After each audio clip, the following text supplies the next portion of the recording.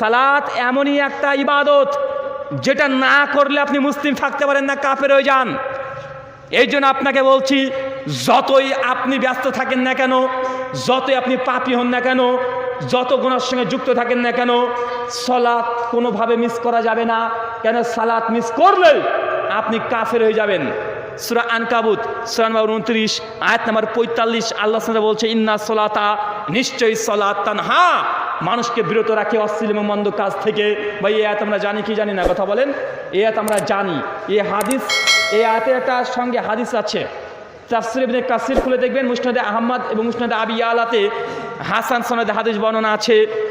একদিন আল্লাহর নবী বসে আছেন ফজরের নামাজের জন্য। একজন সাহাবী আল্লাহর নবীকে এসে বলছে, ইয়া রাসূলুল্লাহ, ওই যে ব্যক্তিকে দেখছেন, ওই ব্যক্তি হচ্ছে চোর, ওকে আমি চুরি করতে দেখেছি, ও চুরি করে। আমি দেখেছি গত রাত্রিতে ফজরের সালাত আদায় করে সে চুরি করেছে, আমি নিজের চোখে দেখেছি। আল্লাহ নবীর সঙ্গে সঙ্গে বলছে, ইন্না সালাতা তানহা, নিশ্চয়ই সালাত নামাজ মানুষকে অশ্লীল মন্দ কাজ থেকে দূরে রাখে। ওকে বাধা দিও না মসজিদে আসতে, ওকে সবার সামনে অপমান অপদস্থ করো না। নিশ্চয়ই সালাত মানুষকে অন্যায় মন্দ কাজ থেকে দূরে রাখে। ওকে আল্লাহর ঘরে মসজিদে আসতে দাও, বাধা দিও না, তাকে অপমান করো না মানুষের সামনে।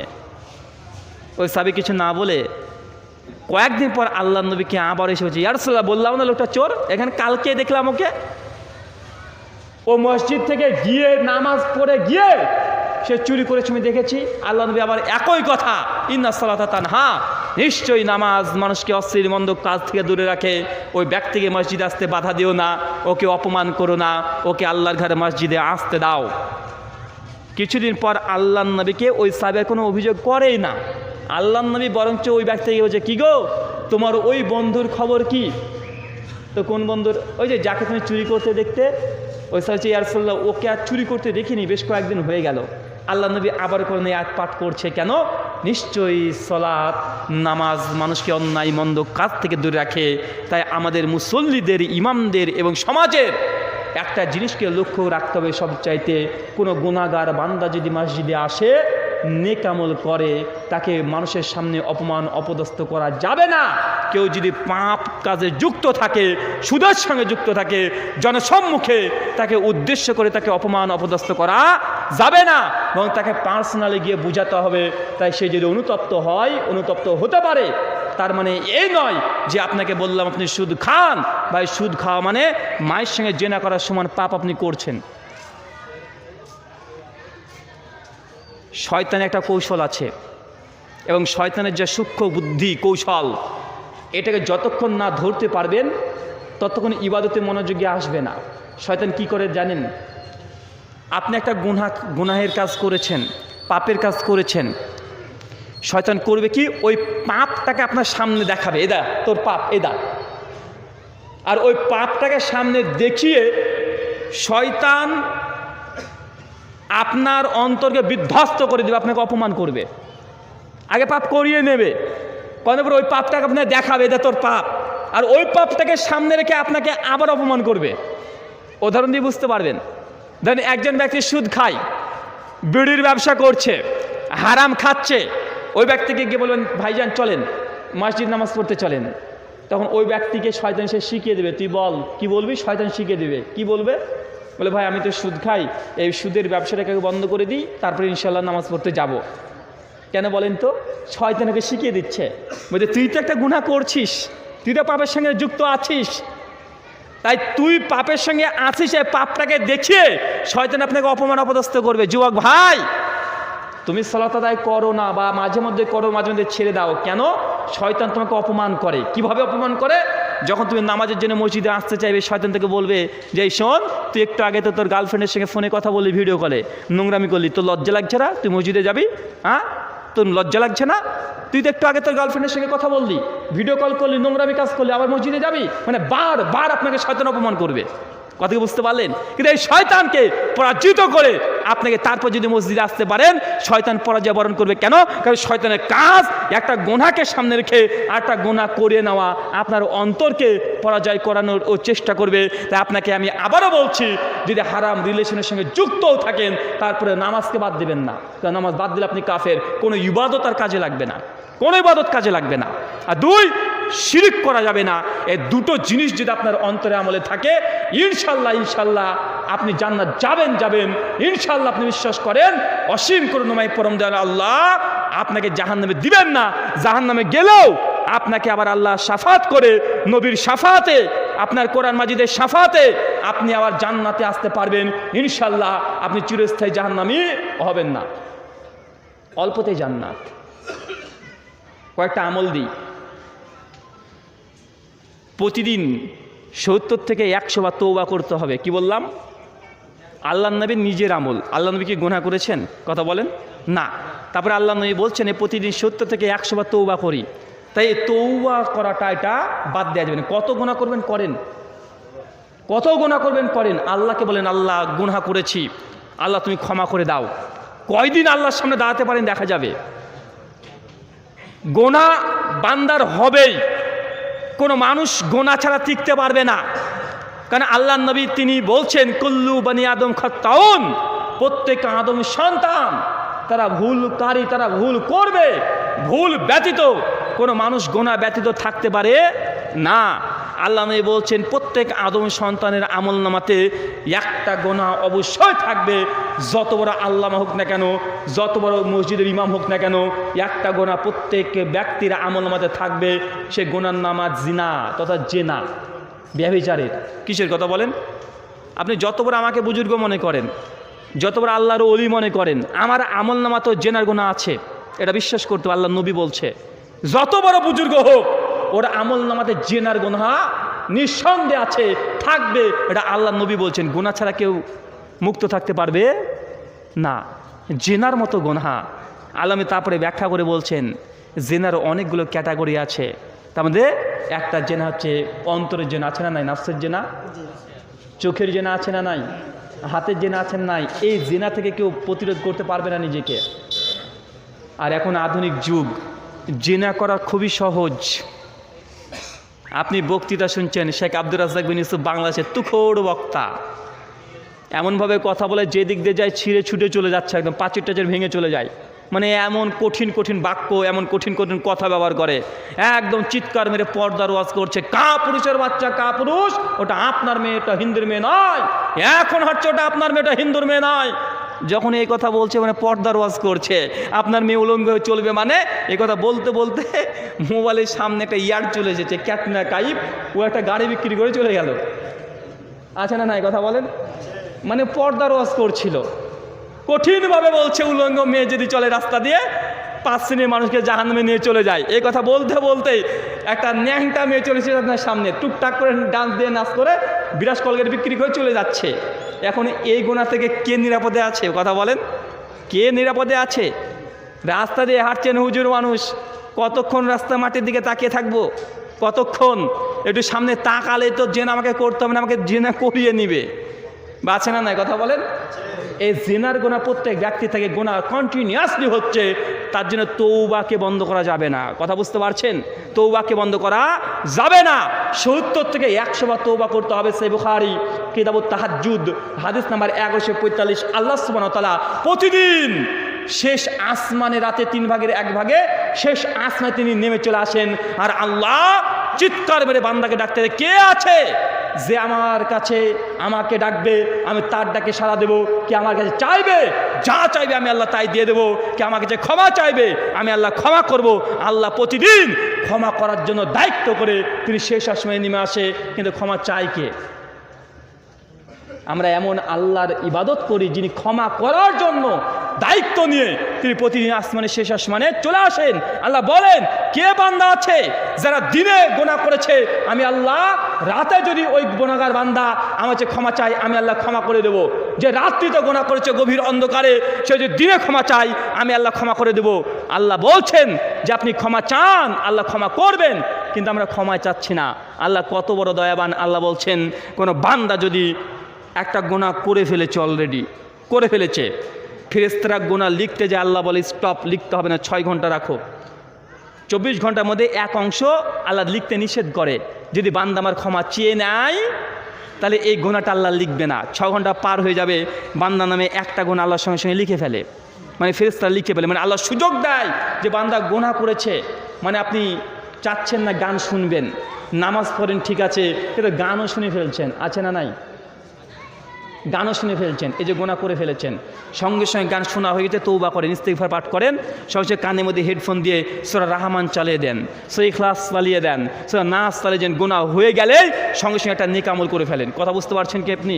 মানে আপনাকে আমি বাস্তবতা বোঝাচ্ছি, গুনাহ ছাড়া কোনো মানুষ থাকতে পারবে না। গুনাহ করবেন, কিন্তু গুনাহ করে গুনাহ পুরো টিকে থাকা যাবে না। কি বললাম? কথা বলেন। গুনার পুরো টিকে থাকা যাবে না, একদম সঙ্গে সঙ্গে তওবা করতে হবে, সঙ্গে সঙ্গে একটা নেক আমল করে ফেলতে হবে। গান শুনেছেন, আল্লাহ ভুল করে ফেলেছি, আল্লাহ ক্ষমা করে দাও, সঙ্গে সঙ্গে কানে আপনি 10 মিনিট এখন কোরআন শুনেন, কোরআনের অডিও তেলাওয়াত শুনতে শুরু করে দেন। ভাইজান আমার বুঝতে পারছেন? সঙ্গে সঙ্গে এই কাজটা করতে হবে। আল্লাহ সুবহানাহু ওয়া তাআলা তুমি আমাদের এই ছোটো ছোটো ইবাদতগুলো করা তৌফিক দান করো, সকলে বলি আল্লাহুম্মা আমিন। সুনান কুবরা লিন নাসাই হাদিস নাম্বার 16103, আল্লাহ নবী বলছেন কোনো ব্যক্তি যদি প্রতিদিন 100 বার সুবহান আল্লাহ বলে, কি বলতে হবে? সুবহান আল্লাহ কতবার? 100 বার। আল্লাহ নবী বলছেন এই ব্যক্তির আমলনামাতে কিয়ামতের মাঠে ইসমাইল আলাইহিস সালামের বংশের 100 জন দাস আজাদ করলে যত নেকি তার আমলনামা আল্লাহ তত নেকি লিখে দেবেন, অল্পতেই জান্নাত। ভাই সুবহান আল্লাহ খুব কঠিন এই শব্দটা বলা। চাচা বয়স তো 60 বছর হয়ে গেছে, এখন আত্মীয় মুখস্থ করতে পারেননি, কোনোতে না জেলা আপনার মুখস্থ নাই, বড় বড় সূরা দোয়া কিছু আপনি জানেন না, কিন্তু সুবহান আল্লাহ এটা তো জানেন। আজ থেকে আর মিস করা যাবে না, 100 বার যে কোনো একটা টাইম বের করে নেন, এই সুবহান আল্লাহ দিয়ে জান্নাত যেতে হবে ইনশাআল্লাহ। এই সুবহান আল্লাহ এই জিকিরটা বন্ধ করা যাবে না, 100 বার কন্টিনিউয়াসলি প্রতিদিন 100 বার বলতে যদি বলতে পারেন, 100টা দাস আজাদ করলে যত নেকি তত নেকি আপনি পেয়ে যাবেন। আল্লাহ নবী এরপরে বলছেন কেউ যদি প্রতিদিন 100 বার আল্লাহু আকবার এই জিকিরটা করে, এই ব্যক্তির আমলনামায় 100 খানা উট কুরবানি করলে যত নেকি তার আমলনামায় তত নেকি লিখে দেওয়া হবে। কথা বুঝতে পারলেন না? কতবার? কি বলতে হবে? কি পাবেন? 100 খানা উট কুরবানি করলে যত নাকি আমলনামায় দেখবেন যে একদম মিজানের দাড়িপাল্লাতে 100 খানা উট দাঁড়িয়ে আছে, একদম আপনার আমলনামা হিসাবে। নিজে হয়তো সেদিন ভাবছেন কি আবার আমি তো 100টা জিন্দেগিতে কুরবানি করিনি, আমি তো ভাগা দেওয়ার বাটি, আমার এখানে উট চলে আসলো কি হবে? ফেরেশতা মনে করিয়ে দেবে এই যে তোমার আমল 100 খানা উট দেখছো, এই উট হচ্ছে তুমি জিকির করেছিলে আল্লাহু আকবার, আল্লাহ সবচেয়ে বড় জিকির করেছিলে, এর বিনিময়ে আল্লাহ তোমাকে 100 খানা লাল উট দিয়ে দিয়েছে। আমরা দুনিয়াতে তো উট করব, মানে কুরবানি করব, উট তো দূরের কথা, একখানা গরু তো দূরের কথা, ভাগা নিয়ে মারামারি আছে না নাই? হুজুর ভাগা দেওয়া যাবে মানে আপনি তো কৃপণ, কিন্তু আপনি যদি এই আমলটা করতে পারেন আপনার জন্য 100 খানা উট কুরবানি করা হয়ে গেলে যেমন নেকি পাবেন, আপনার আমল তত নেকি লিখে দেওয়া হবে। আপনি হায়াত মাত্র 50 বছর, সর্বোচ্চ আপনি 50টা কুরবানি করতে পারবেন। জিকিরটা যদি থাকে 100 খানা উট কুরবানির সমপরিমাণ নেকি আপনার আমল নামে আল্লাহ লিখে দেবেন।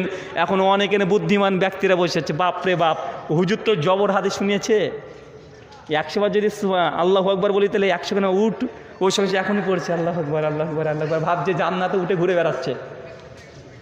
ভাইজান এটা একদিন করলে হয় না, এখন টুকটুক করে আল্লাহু আকবার করবে না জান্নাতে উট তৈরি হয়ে যাবে আপনার জন্য, ব্যাপারটা এমন নয়। মানে এই আমলটা আমৃত্যু থাকতে হবে। কি বললাম? আমৃত্যু, মানে এটা আপনার আমল, এটা আমল নামাতে প্রতিদিন কন্টিনিউয়াসলি সব কিছু ভূমিকম্প হচ্ছে সুবহানাল্লাহ সুবহানাল্লাহ আলহামদুলিল্লাহ পড়তে হবে, মানে এরকম করতে হবে আমলটাকে, এইভাবে তৈরি করে নিতে হবে নিজের সঙ্গে। কথা কি বুঝতে পারছেন? ছোট্ট আমল, অল্পতে জান্নাত। আল্লাহ নবী এরপরে বলছেন কেউ যদি প্রতিদিন 100 বার কালেমা লা ইলাহা ইল্লাল্লাহ এই জিকিরটা পাঠ করতে পারে, তার আমল নামে আল্লাহ নির্দিষ্ট কোনো নেকি দেবেন না। আল্লাহ নবী বলছেন আসমান থেকে জমিন পর্যন্ত এমন কোনো জায়গা থাকবে না যেখানে না নেকি দিয়ে পূর্ণ করবেন না। দেখেন ওই দুটো ফজিলত দেখেন, আর শেষের ফজিলত দেখেন। প্রথম ফজিলত কি? 100 দাস আজাদ করলে যত নেকি তত নেকি। কি বলতে হবে? সুবহানাল্লাহ। আল্লাহু আকবার বলে কি হবে? 100 উট পেয়ে গেলেন। আর লা ইলাহা ইল্লাল্লাহ বলে কি পাবেন? নির্দিষ্ট কোনো সংখ্যা নাই। কেন নাই? ইমাম হাজার আসকালানী ফাতুল বাড়ির মধ্যে তিনি বলছেন যে লা ইলাহা ইল্লাল্লাহর যে কালেমা, আর এই কালেমা আল্লাহর কালেমা তাওহীদ, এর কোনো সংখ্যা নির্ণয় হতে পারে না। মানে আল্লাহর কালেমার যা মর্যাদা, যা ফজিলত, আসমান জমিনে এমন কোনো সংখ্যা নাই যে সংখ্যা দিয়ে নেকি পূর্ণ হয়। তাই জন্য আল্লাহ নবী বলে দিয়েছেন আসমান থেকে জমিন এমন কোনো জায়গা থাকবে না যেখানে আল্লাহ নেকি দিয়ে পূর্ণ করবে না। কি বলতে হবে চাচা? কথা বলেন। তাহলে আপনাকে কয়টা আমল দিয়েছি? জিকির দিয়েছি 3টা, সুবহানাল্লাহ, আল্লাহু আকবার, লা ইলাহা ইল্লাল্লাহ। এই 3টে জিকির বন্ধ করা যাবে না, চালাতে হবে। একটা আমল দিয়েছি তওবা, প্রতিদিন 70 থেকে 100 বার যে কোনো সময় করতে থাকবেন, এটাকে বন্ধ করা যাবে না। আরেকটা আমল দিয়েছি সালাত, নামাজ যে কোনো মূল্যে আপনাকে পড়তে হবে। আপনি যদি ঘুষখোর, ঘুষ খাচ্ছেন, তবু আপনাকে নামাজে আসতে হবে। কথা কি বুঝতে পারছেন? আপনি জেনাখোর, জেনা করছেন, গার্লফ্রেন্ড আছে, বয়ফ্রেন্ড আছে, হারাম করছেন, আল্লাহ ওর জন্য আলাদা গোনা দিবে, পাপ দিবে, ঠিক আছে। আল্লাহ হচ্ছে ক্ষমা চান, আল্লাহ ক্ষমা করতে পারে। নামাজ তারপর আসতে হবে, নামাজ বাদ দিলে কাফের হয়ে যাবেন। অন্তত মুসলমানের খাতায় নামটা রাখার জন্য নামাজ আপনাকে পড়তেই হবে।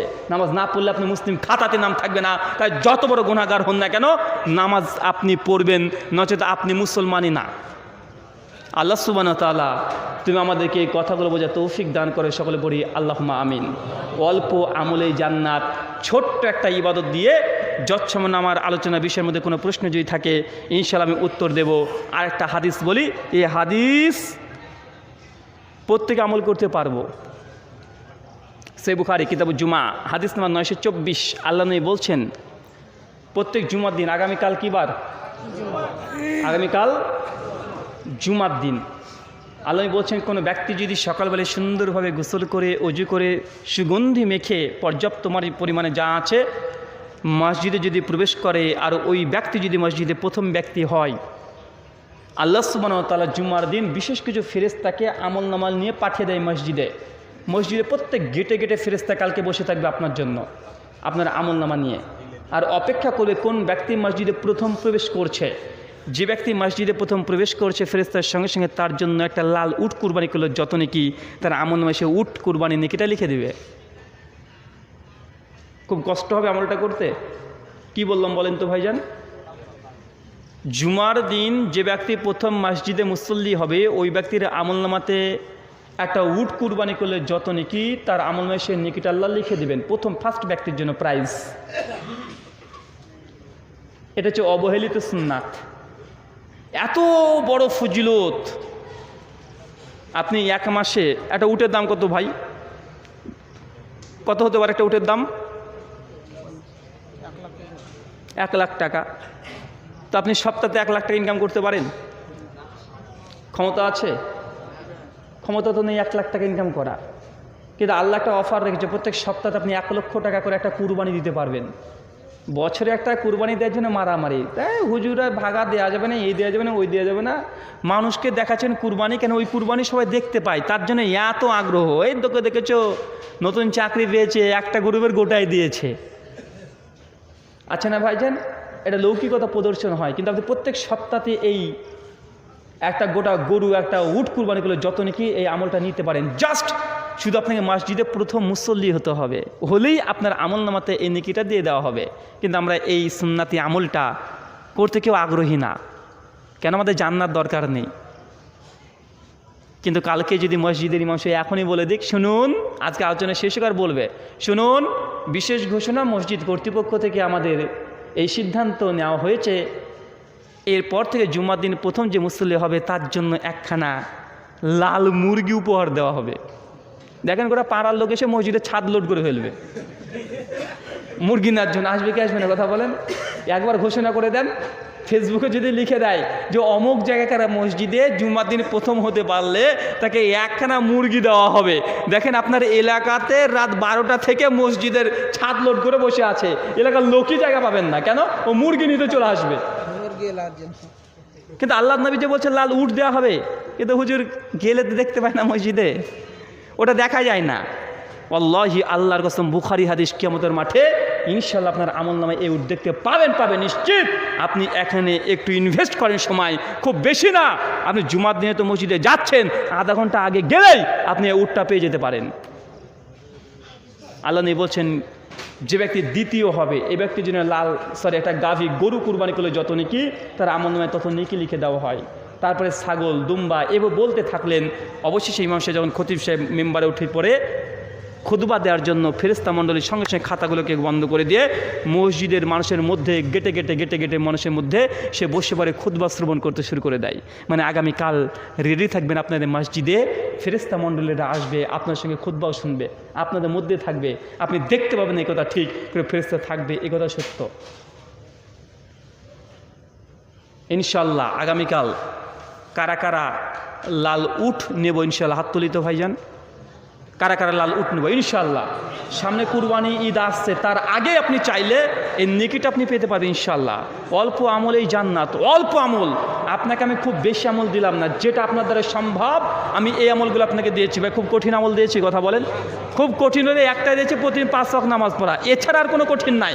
সুবহানাল্লাহ, আলহামদুলিল্লাহ, আল্লাহু আকবার, লা ইলাহা ইল্লাল্লাহ, 100 বার তওবা পড়া, শুক্রবার একদিন 1 ঘন্টা মসজিদে আগে যাওয়া, এলো কঠিন কাজ নয়। আল্লাহ সুবহানাহু ওয়া তাআলা এই আমলগুলো করার তুমি আমাদের সকলকে তৌফিক দান করো, সকলে পড়ি আল্লাহুম্মা আমিন। আল্লাহ, আমরা প্রকাশ্যে এবং গোপনে যত পাপ করেছি আল্লাহ, সমস্ত পাপে আমাদের যেগুলো করেছি আল্লাহ, তুমি সেই পাপগুলো ক্ষমা করে দাও, সকলে পড়ি আল্লাহুম্মা আমিন। জি শেখ, প্রশ্ন।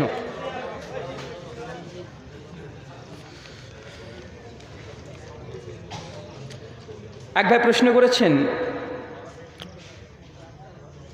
আল্লাহ সুবহানাহু ওয়া তাআলা বলেছেন তোমরা পরস্পর বিচ্ছিন্ন হয়েও না, কিন্তু নবী বলেছেন আমার উম্মত বিচ্ছিন্ন হবে 73টি দলে, তাহলে দুটো কথা কি পরস্পর বিরোধী? খুব চমৎকার প্রশ্ন। আল্লাহ সুবহানাহু ওয়া তাআলা পবিত্র কোরআন সূরা আলে ইমরান সূরা 3 আয়াত নাম্বার 103 বলেছেন ওয়াতাসিমু বিহাবলিল্লাহি জামিআউ ওয়া লা তাফাররাকু, তোমরা আল্লাহর রজ্জুকে আঁকড়ে ধরো, পরস্পর বিচ্ছিন্ন হয়েও না, এটা আল্লাহর অর্ডার, আল্লাহ বিচ্ছিন্নতা নিষেধ করেছেন।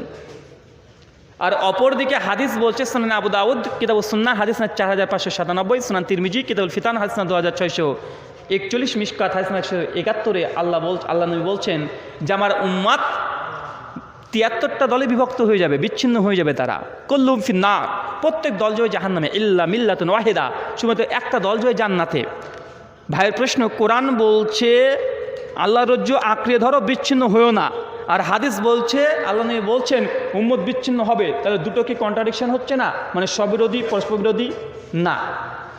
একটা হচ্ছে আদেশ, আল্লাহ নিষেধ করেছেন হতে, কিন্তু হয়ে যাওয়া এটা স্ববিরোধী নয়। স্ববিরোধী কথা বলেন, আল্লাহ নিষেধ করছে, আল্লাহ বলছে মদ খেও না, এখন মানুষ মদ খাচ্ছে, এটা কি পরস্পর বিরোধী?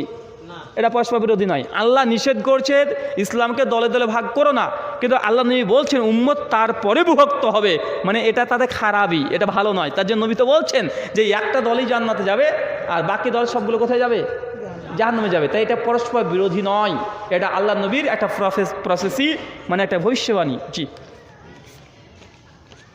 ভাই প্রশ্ন করেছেন, আপনি বললেন যে পীর বা কালীকে মানা যাবে না, কিন্তু দেখা যায় যে এই পরিস্থান কি রে ভাই, পরিস্থান কি জিনিস? পরিস্থান বা পীরস্থান, আরে সর্বনাশ, পীরস্থান এবং কালীঘাটকে আপনার বোঝা মুশকিল হয়ে যাচ্ছে তো ভাই। আচ্ছা একজন প্রশ্ন পড়েন তো ভাই, আপনার বাংলাকে আমি বুঝতে পারছি না, না ভুলে গেলাম বুঝতে পারছেন, ডিকশনারি বুঝতে হবে। যে শেখ আপনি একটু পড়ে দেন। এই ইয়াং ছেলে কে আছে?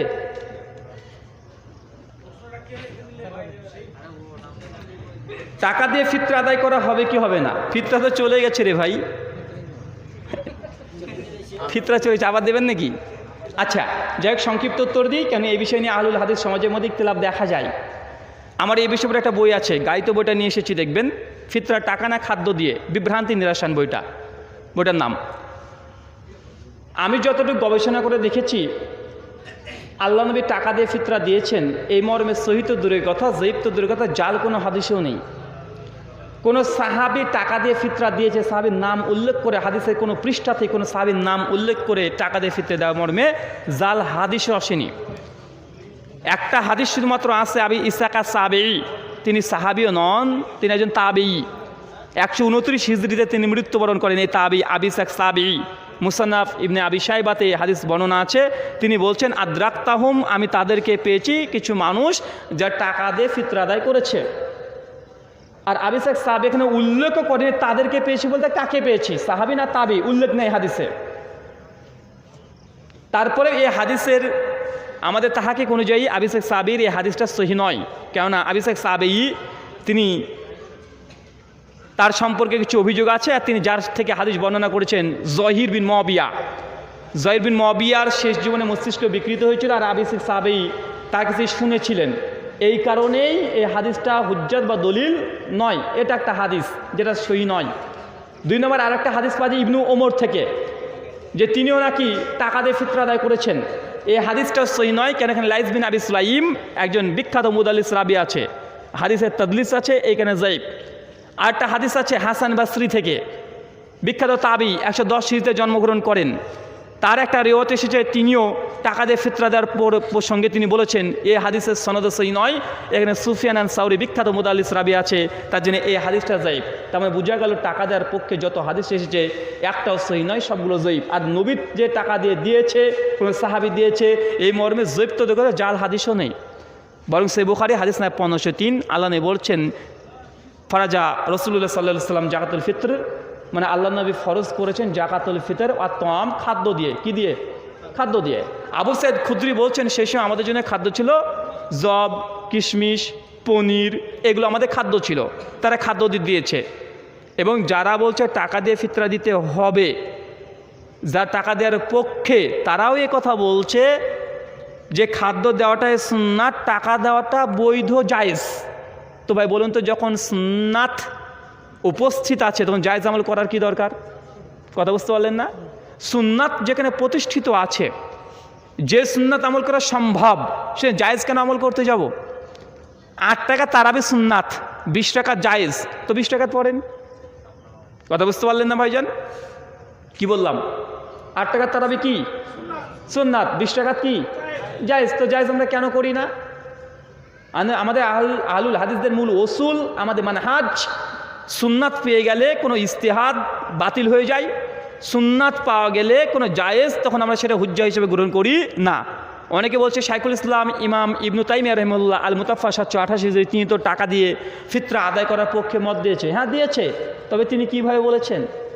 তিনিও একই কথা বলেছেন, যে ব্যক্তি মাজুর ব্যক্তি, সে ব্যক্তি যদি খাদ্য না পায় তবে টাকা দিলে আদায় হয়ে যাবে। মানে কোনো ব্যক্তি দেখা যাচ্ছে আপনি বাইরে ছিলেন, ফিতরা আদায় করতে পারেননি বা ভুলে গেছেন, বা আপনার ফিতরা এখন আদায় হয়নি, কিন্তু ঈদের নামাজ শুরু হয়ে যাচ্ছে ঈদগাহাতে, সেই সময়তে ফিতরা যদি আদায় না করেন তাহলে আপনাকে হাদিসের দৃষ্টিকোণ থেকে আপনার এই ফিতরাটা ফিতরা হবে না। এই জন্য বলছে সেই সময় যদি টাকাটা দিয়ে দেয় তাহলে ফিতরার হক আদায় হয়ে গেল। কথা বুঝতে পারছেন? এটা মাজুর ব্যক্তির জন্য, এটা উমুম আম নয়। একজন মানুষ শুয়োরের গোশত খেতে পারে? কোরআনে আছে সূরা বাকারা 173 নম্বর আয়াত, আল্লাহ বলছে খেতে পারে। কখন? যখন মাজবুর অবস্থায় চলে এসেছে, কোনো খাবার নেই, শুয়োরের মাংস 1 পিস আছে, জান বাঁচানোর জন্য খাবেন, তার মানে এই নয় যে শুয়োরের মাংসের দোকান দেওয়া যায়। কথা বুঝতে পারলেন না? বিপদে পড়লে শুয়োরের গোশকে জান বাঁচানো ফরজ, কিন্তু বিপদে পড়ে শুয়োরের গোশের দোকান দেওয়া যায় নয়। যে হুজুর কোনো ব্যবসা করতে পারছি না, শুয়োরের গোশ। তার কাছে যে তওবা করে ইনশাল্লাহ ইনশাল্লাহ আশা করা যায় আল্লাহ ক্ষমা করবেন। সূরা আল ফুরকান 25 আয়াত 69 থেকে 71 আল্লাহ বলেছেন, কোনো বান্দা যদি জানা বোঝার পরে ভুল করে তওবা করে, আল্লাহ সুবহানাহু ওয়া তাআলা তার পেছনের সমস্ত গুনাহকে আল্লাহ মিটিয়ে দিয়ে সব নেকিতে বদলিয়ে দিবেন। ইমাম ইবনু কাসির রাহিমাহুল্লাহ বলেছেন, এই গুনাহ অর্থ এখানে কুফরি, আর নেকি অর্থ তাওহীদ, মানে তার এই কুফরিগুলোকে আল্লাহ নেকিতে বদলিয়ে দেবে। তাই তওবা করলে ইনশাল্লাহ আশা করা যায় আল্লাহ আপনাকে ক্ষমা করবেন। শুকরিয়া। আমার প্রশ্ন হলো, আমার বিয়ের পর আমার শ্বশুর বাড়ি থেকে উপহার স্বরূপ খাট, বিছানা, আলমারি দেয়, সেগুলো কি নেওয়া জায়েজ হবে? মাশাআল্লাহ, খুব সুন্দর প্রশ্ন। আপনার বিয়ের পরে আপনার শ্বশুর শাশুড়ি খুশি মনে আপনাকে কি দিয়েছে? খাট দিয়েছে, বিছানা দিয়েছে, আলমারি দিয়েছে, একটা পালসার গাড়িও দিয়েছে, তো আপনার শ্বশুর আপনাকে দেয় কেন, আমাকে দেয় না কেন রে ভাই? খুশি কেন আপনার উপরে? আমাকে বলতে হুজুর আপনিও নেন একটা। জি, মনে রাখবেন, কেউ যদি হাদিয়া আপনাকে দেয়, শ্বশুর দিতে পারে, কোনো সমস্যা নেই, যদি আপনি বাধ্য না করেন, প্রেশার ক্রিয়েট না করে। যদি খুশি হয়ে কেউ আপনাকে হাদিয়া স্বরূপ, গিফট স্বরূপ যদি দেয়, এটা নেওয়া জায়েজ, ভালো কাজ। কিন্তু ভাই, হাদিয়া নিয়ে হাদিয়া দিতেও হয়। আপনার শ্বশুর যদি আপনাকে খাট দেয় আর শ্বশুরেরই খাট নাই, আপনিও কয়েক মাস পর যখন টাকা হবে তখন আব্বার কাছে গিয়ে বলে, শ্বশুর আব্বা আপনি তো দেখি খারাপ খাটে শুয়ে থাকেন, আপনার জন্য খাট নিয়ে এসেছি, আপনি উপহার দেন। কথা বুঝতে পারলেন না ভাইজান? শুধু শ্বশুর হাদিয়া দিবে আর আপনি নিবেন এটা নয়। শ্বশুর যদি আপনাকে মোটর সাইকেল দিয়ে দেয় 1,70,000 টাকা দিয়ে R115, আপনার শ্বশুরকে একটা হিরো হন্ডা স্প্লেন্ডার কিনে দিতে হবে। কথা কি বুঝতে পারছেন না ভাইজান? গিফট নেওয়া যেমন হাদিয়া নেওয়া ইসলামের সুন্নাহ, হাদিয়া দেওয়াটাও সুন্নাহ। তাই যদি দিতে পারেন অবশ্যই নেবেন, আর যদি দিতে না পারেন বলে শ্বশুরমশাই, কথা বুঝতে পারলেন না ভাইজান? তবে নিয়ে নিলে ইনশাল্লাহ গুনাহ হবে না। শুক্রিয়া। আমার পিতামাতা আমার ছোট কি লিখেছে ভাই? আকিকা। কি এটা? ছোট অবস্থায় আকিকা। আরে সর্বনাশ, এটা তেলেগু ভাষায় মনে হচ্ছে ভাই। এটা কি বুঝবো রে ভাই? এ লেখাটা কি, বাংলা না তেলেগু? তেলেগু লিখেই হয়ে থাকে। তো যাই হোক, শুক্রিয়া ভাইজান, বারাকাল্লাহ ফিক। তো ছোট অবস্থায় আকিকা দেয়নি, এখন আমার করণীয় কি? বাবা মা যদি ছোটবেলাতে শিশু অবস্থায় আকিকা না দেয়, আপনার করণীয় কি? আকিকা জামে তিরমিজি হাদিস নাম্বার 1522, আল্লাহ নবী হাসান এবং হুসাইন আল্লাহ নবীর নাতির জন্য 7 দিনের দিন আকিকা দিয়েছেন। কয় দিনে? হাসান হোসেনের জন্য দিয়েছে। এই হাদিস প্রমাণ করে বাপ মা ছাড়াও যে নানা দাদুরা যদি আকিকা দিয়ে দেয় নাতির জন্য জায়েজ। কথা বুঝতে পারলেন? বাপকে দিতে হবে এটা বাধ্যতামূলক নয়। কেন? আল্লাহ হাসান হোসেন আকিকা দিয়েছে, 1 নম্বর। 2 নম্বর, আল্লাহ নবী 7 দিনে দিয়েছে, 7 দিনকার দিনে দেওয়া সুন্নাত। 3 নম্বর, ছেলে সন্তানের জন্য একটা দেওয়া যায় যদি সামর্থ্য না থাকে, কেন আল্লাহ নবী 1টা করে দিয়েছিলেন। আর আমভাবে ছেলের জন্য 2টা, মেয়ের জন্য 1টা। কি বললাম? মেয়ে যদি হয়, শিশু কন্যা যদি হয়, তাহলে কয়টা দিতে হবে আকিকা? 1টা। আর ছেলে হলে কয়টা? 2টা। অনেকে এটাকে ভাবে, দেখেছো ইসলাম মেয়েকে কোনো অধিকার দেয়নি। কেন? দেখো ছেলে হলে 2টা আর মেয়ে হলে 1টা, এখানে আগে তো 1টা। মনে হচ্ছে না ভাই আল্লাহ মেয়েদেরকে সম্মান দেয়নি? আরে বাপ জানে সম্মান দিয়েছে কি দেয়নি। ছেলে হলে মুসিবত, 20,000 লাগবে, আর মেয়ে হলে আল্লাহ ইহসান করে বলছে 1টা দাও। মেয়ে তোমার 1টা দাও মানে 10,000-এর কাজ হয়ে গেল। তো মেয়ে জন্ম নেওয়া মানে বাপের 10,000 টাকা সেভ হয়ে যাওয়া। কথা বুঝতে পারছেন না ভাই? কিন্তু আপনি আবার উল্টো করে দেখে যে ছেলে হলে 2টা, মেয়ে হলে 1টা, তো মেয়ের বেলা 1টা কেন? মানে মেয়েকে সম্মান কম দিয়েছে না। মেয়ে হওয়ার কারণে বাপের প্রতি আল্লাহ ইহসান করেছে। বাপ বুঝতে চান মেয়ে আমার জন্য রহমত কিভাবে, আমার মেয়ের যে বরকত, আগে 10,000 টাকা বাঁচিয়ে দিয়েছে। 3 নম্বর, 4 নম্বর মশালা আকিকার। আকিকা 7 দিনকার দিনে দেওয়া সুন্নাত। 14 দিন, 21 দিন, 42 দিনে যে রিওয়ায়াতগুলো এসেছে, শারহু মানিল আল আসালি তহাবির মধ্যে 850 নম্বর হাদিস, এই হাদিসগুলো সহি নয়। এখানে একজন রাবি আছে ইসমাইল বিল মুসলিম, সমস্ত মুহাদ্দিসদের ঐক্যমতে ইনি যায়িফ রাবি। তার জন্য 14 দিন, 21 দিন, 42 দিনে আকিকা দেওয়ার কোনো রিওয়ায়াত দ্বারা প্রমাণিত নয়। ইমাম কুদামা রাহিমাহুল্লাহ এবং ইমাম আহমেদ বিন হাম্বাল, ইমাম ইসহাক বিন রাহিয়া, বিখ্যাত তাবি, এদের মতামত হচ্ছে এইটা, 7 দিনকার পরে আকিকা দেওয়া মানে জায়েজ হবে। কোন সময়তে? 2টো শর্ত। প্রথম শর্ত, 7 দিনকার দিনে আকিকা দেওয়া সুন্নাত, এটা আপনার জানা ছিল না। কি বললাম? জানা ছিল, শরীয়ত সম্পর্কে অজ্ঞ ছিলেন। ইমাম কুদামা রাহিমাহুল্লাহ বলছেন এই ব্যক্তি যখনই এটা জেনে নেবে যে সুন্নাতের ওয়াক্ত পার হয়ে গেছে, সঙ্গে সঙ্গে সে আকিকা আদায় করে নিবে। কথা কি বুঝতে পারলেন? কেন? সে শরীয়ত সম্পর্কে অজ্ঞ ছিলেন, এই জন্য তাকে বৈধতা দেওয়া হচ্ছে। আর 2, কোনো ব্যক্তি জানতো শরীয়ত কিন্তু আর্থিক দিক থেকে সচ্ছল ছিল না, টাকা ছিল না, অ্যাকচুয়ালি টাকা ছিল না, ব্যাংকে আছে আর আপনি বলছেন নাই, এমনটা যেন না হয়। মানে টাকা ছিল না, যখনই অর্থ চলে আসবে সঙ্গে সঙ্গে আকিকা আদায় করে নিতে হবে। তার মানে কয়টা শর্ত কথা বলেন? 1, শরীয়ত সম্পর্কে অজ্ঞ থাকা, আর 2, টাকা ছিল না, এই জন্য আপনাকে 7 দিনের পরে যে কোনো সময় আকিকা দেওয়া যাবে। কেন? সেই মুসলিমের হাদিস, আকিকা আল্লাহ সুবহানাহু ওয়া তাআলার সঙ্গে সন্তানের বন্দুক স্বরূপ, তাই আকিকা দেওয়াই লাগবে না 7 দিন পার হয়ে গেলে। এই কথা সঠিক নয়, বরং ওয়াক্ত পার হয়ে গেলেও কাজ আদায় করতে হবে, কেননা একটা বন্ধক আছে, এই বন্ধককে আগে ছিন্ন করতে হবে। কথা বুঝতে পারলেন? যেমন নামাজ যত ওয়াক্তে পড়া ফরজ, নিসা আয়াত নম্বর 103, কিন্তু কাজা হয়ে গেছে, আদায় করবেন না? আদায় করতে হবে। শুক্রিয়া। জি শেখ।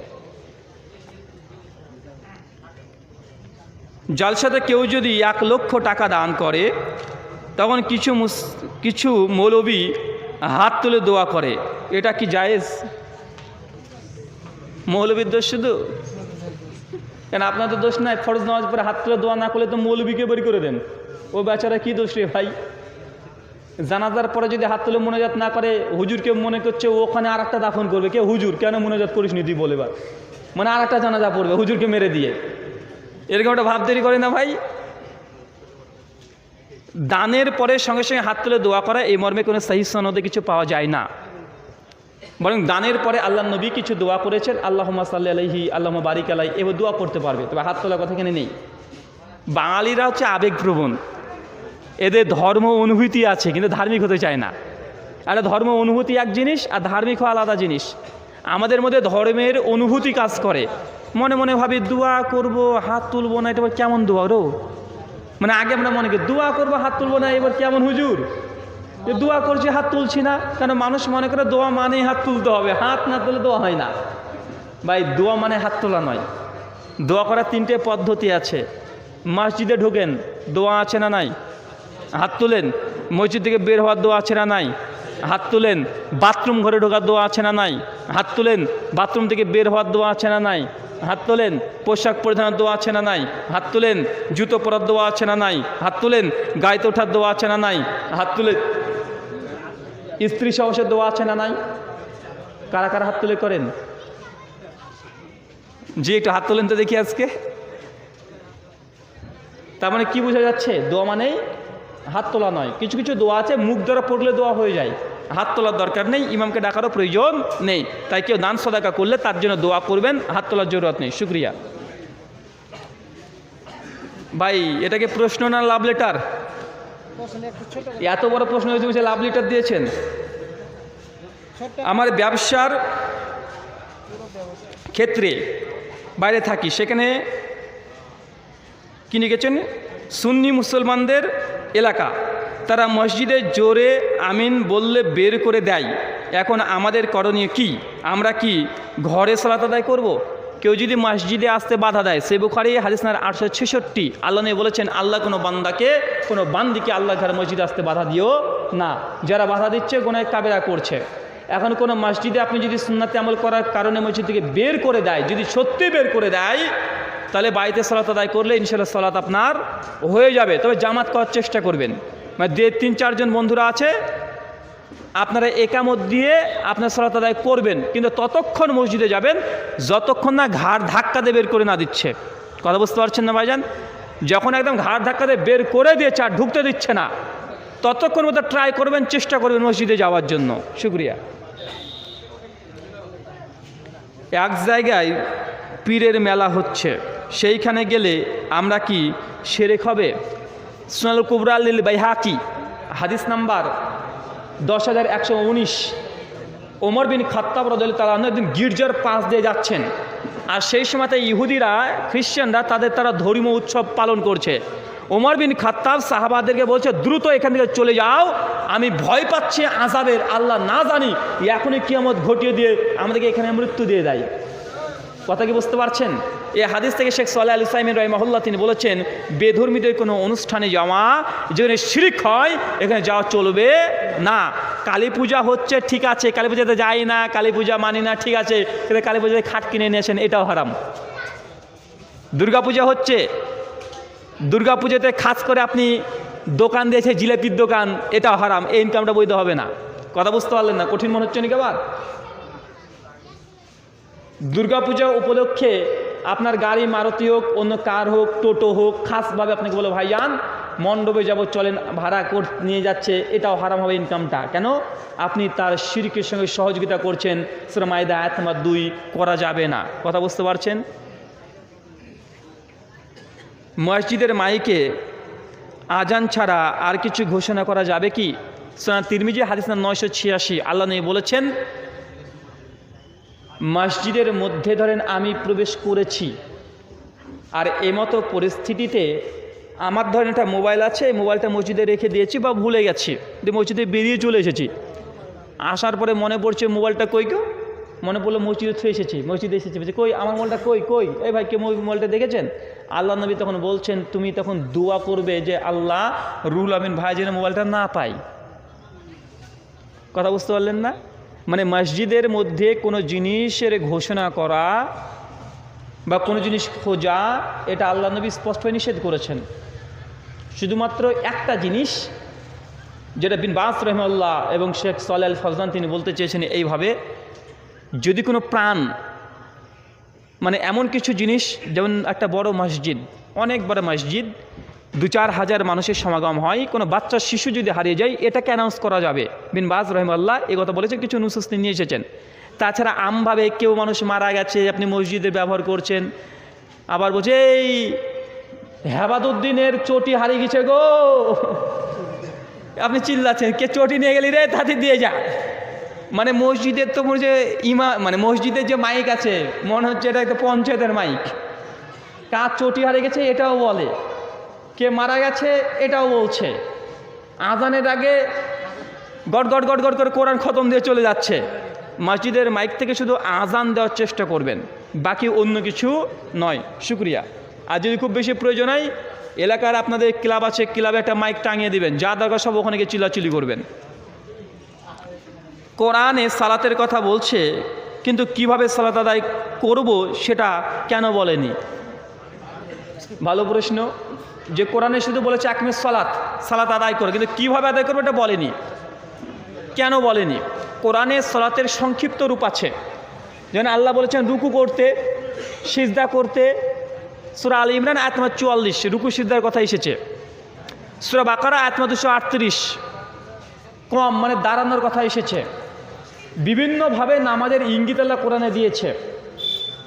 আর আল্লাহ নবী এটা প্র্যাকটিক্যালি দেখিয়ে দিয়েছে। কেন নামাজ আল্লাহ কোরআন মাজিদে কোনো জিনিসকে দেবেন ধারাবাহিকভাবে বলেনি। নবী আদমের ঘটনা আল্লাহ এক আয়াতে বলেছে, কি কথা বলেন, এক সূরাতে বলেছে না, বিক্ষিপ্ত বিভিন্ন জায়গাতে আছে, বিভিন্ন জায়গাতে আছে। ঠিক আল্লাহ সুবহানাহু ওয়া তাআলা আকিমিস সালাহ বলার পরেই তিনি বলে দিচ্ছেন বিভিন্ন আয়াতে, আতিউল্লাহ ও আতিউর রাসূল, আল্লাহর আনুগত্য করো, রাসূলের অনুসরণ করো। নবী যে সালাত আদায় করেছে আমাকে দেখে দেখে শিখতে হবে। আর এই জন্য আমরা বলি যে কোরআন যেমন ওহী, হাদিসও তেমন কি ওহী। ইসলামের উৎস ল হচ্ছে দুইটা, একটা কোরআন, একটা সুন্নাহ। শুকরিয়া।